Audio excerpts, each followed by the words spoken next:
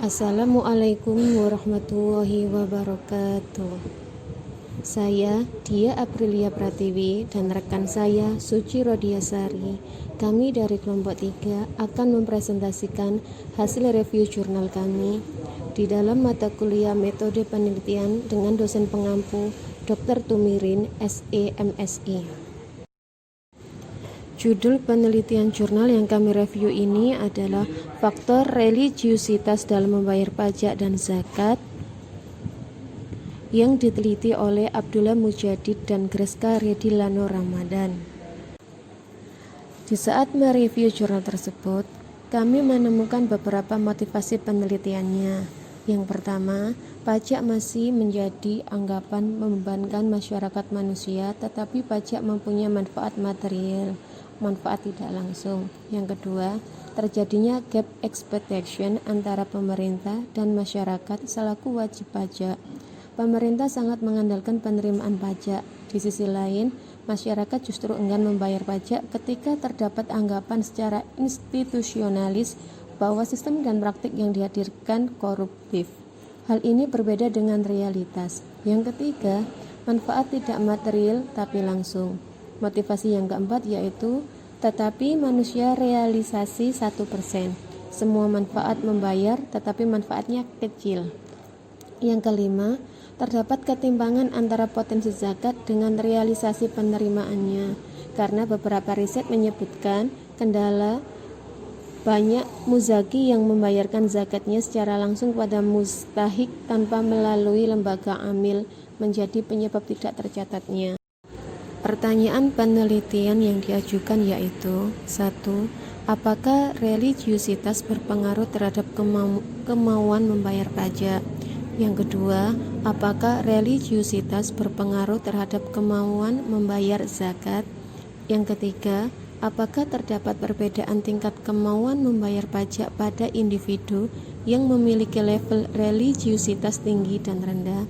Dan yang keempat, apakah terdapat perbedaan tingkat kemauan membayar zakat pada individu yang memiliki level religiusitas tinggi dan rendah? Sebelum peneliti melakukan penelitian tentang faktor religiusitas dalam membayar pajak dan zakat, ternyata ada beberapa penelitian yang terkait dengan pajak dan zakat. Beberapa penelitian sebelumnya yaitu 1. Memprediksi intensi untuk membayar pajak dan zakat dengan variabel derivasi dari Theory of Planned Behavior, yakni Alsford, Semi, dan Benton 2016, Muhammad dan Saad 2016, dan Nur dan Saad 2016. Penelitian yang kedua yaitu tax fraud terjadi karena adanya keengganan membayar pajak yang seolah disepakati norma subjektif. Yang ketiga, keengganan untuk membayar pajak akan lebih tinggi daripada kemauan membayar pajak. Abdullah Sabi'i 2018. Teori yang melandasi penelitian tentang faktor religiusitas dalam membayar pajak dan zakat yaitu ada dua teori.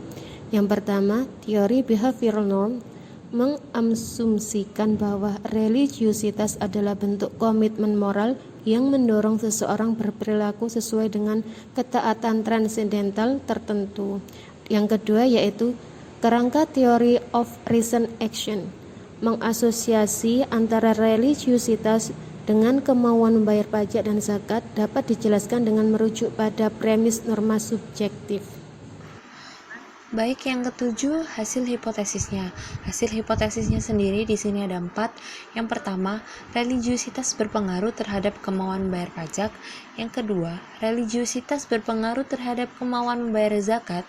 Yang ketiga, terdapat perbedaan tingkat kemauan membayar pajak pada individu yang memiliki level religiusitas tinggi dan rendah. Yang keempat, terdapat perbedaan tingkat kemauan membayar zakat pada individu yang memiliki level religiusitas tinggi dan rendah. Untuk yang ke-8 yaitu pendekatan penelitian.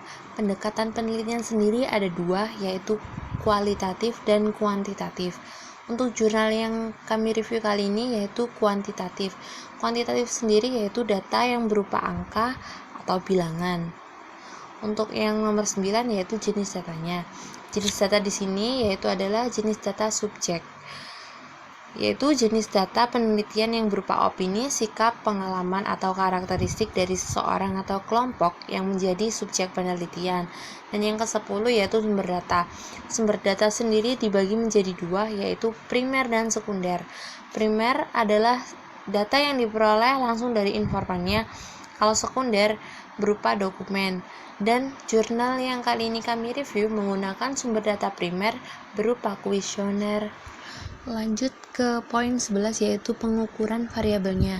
Di sini pengukuran variabelnya menggunakan skala Likert dengan preferensi jawaban 1 sampai 5 dengan opsi dari sangat tidak setuju sampai sangat setuju. Yang kedua, variabel kemauan membayar pajak dan zakat diukur dengan indikator kemauan untuk 1. Memahami prosedur pembayaran pajak atau zakat. Yang kedua, mengalokasikan dana untuk membayar zakat. Poin 12 yaitu teknik analisis data. Di sini terbagi menjadi 3 yaitu uji instrumen, blue test, dan uji hipotesis. Dari uji instrumen tersebut ada 3 uji lagi yaitu uji validitas, uji reliabilitas, dan uji studi kasus. Untuk yang kedua, blue test terdiri dari uji normalitas, uji multikonearitas, dan uji heteroskedastisitas. Yang ketiga, uji hipotesis ada regresi sederhana, koefisien determinasi, dan one way ANOVA. Poin ke-13 yaitu keterbatasan dan saran dari penelitian. Di sini sudah ada cuplikan gambar mengenai jurnal yang kami review. Keterbatasan dari riset ini adalah belum sepenuhnya menggambarkan kondisi sebenarnya karena berbasis eksperimen pada mahasiswa. Selain itu, riset ini juga menggunakan variabel religiusitas secara umum. Oleh karena itu, pada penelitian selanjutnya, rekomendasi yang dapat diberikan adalah menggunakan indikator Islamic religiosity seperti yang digunakan beberapa riset sebelumnya. Lebih lanjut mengenai religiusitas, masih terdapat dimensi homogenitas dan heterogenitas yang dapat menentukan moral individu, khususnya dalam bayar pajak dan zakat, di mana hal ini masih perlu dibuktikan secara empiris. Dan untuk judul penelitian baru yang akan kami buat sesuai dengan keterbatasan dan saran penelitiannya yaitu dimensi religiusitas individual dan komunitas terhadap kemauan dalam membayar pajak dan zakat. Demikian presentasi dari kami. Mohon maaf apabila ada hal yang kurang tepat dan salah, karena di sini kami juga masih belajar mengenai hal ini. Kurang lebihnya mohon maaf. Terima kasih. Wassalamualaikum warahmatullahi wabarakatuh.